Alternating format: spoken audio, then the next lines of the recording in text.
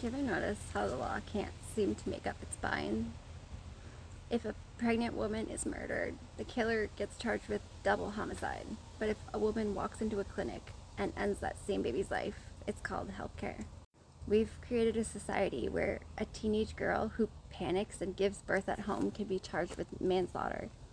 But if that same girl were to sign the form, lay on the table, and let a doctor do it, she would just be putting herself first.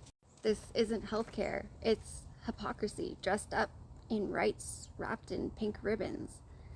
They say that it's just a clump of cells, but that clump of cells has a heartbeat by 6 weeks.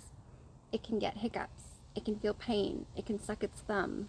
And legally, if you kill it outside of a clinic, you go to prison. But inside, you get applause. Let's talk about the other victim of abortion: men. A woman can tie herself to a man for 18 years and he has no say. He can be forced to pay child support for a child he didn't want and never agreed to. But if she doesn't want it, she can make it disappear and call it empowerment.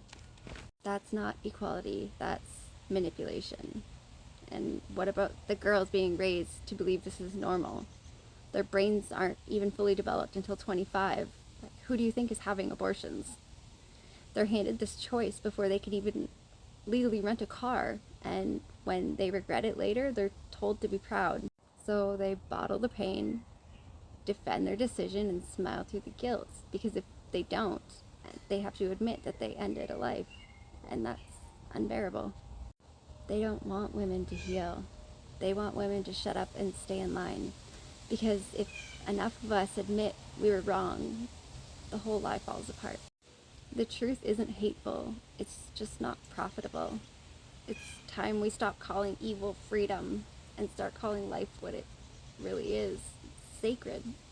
This is my little angel that I almost chose to abort because I was afraid I was letting down the 4 people I had already made.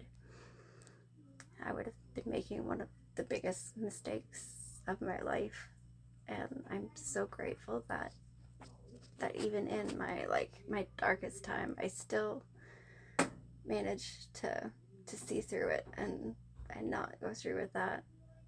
I also had to take Plan B one time when I was like 16.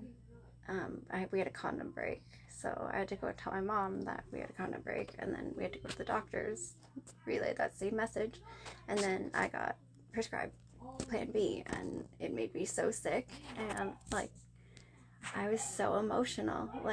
I just I was such a mess, and everybody's like, "What's wrong?" And I'm like, "I feel like I'm killing a baby."